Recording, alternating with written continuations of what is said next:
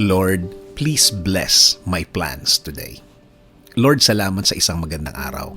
Salamat sa isang araw na pagbibigay niyo sa akin ng inyong proteksyon at pagmamahal. Salamat sa laging pagsama niyo sa akin. Salamat sa laging nakahanda kayo para tulungan ako. Alam ko na makakasama ko na naman kayo dahil ang araw na kasama kayo ay isang buong araw na puno ng pagpapala, puno ng mga magagandang bagay, puno ng proteksyon na para sa akin at para sa aking pamilya.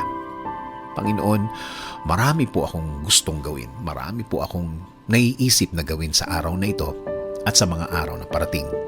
I-bless mo po ang lahat ng aking plano ngayon.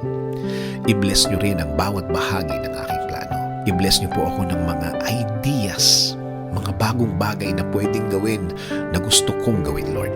Lord, ilagay nyo po sa way ko ang mga tamang tao na tutulong sa akin.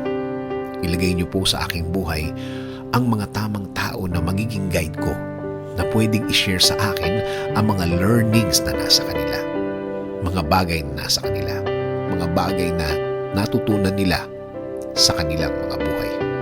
Panginoon, ibigay niyo din po ang mga bagong opportunity sa aking buhay. Mga bagay na kailangan ko po sa aking plano. Mga bagay na kailangan ko po na nasa akin para makatulong po sa akin. So I'm asking you, Lord, to please bless my plan. Bless niyo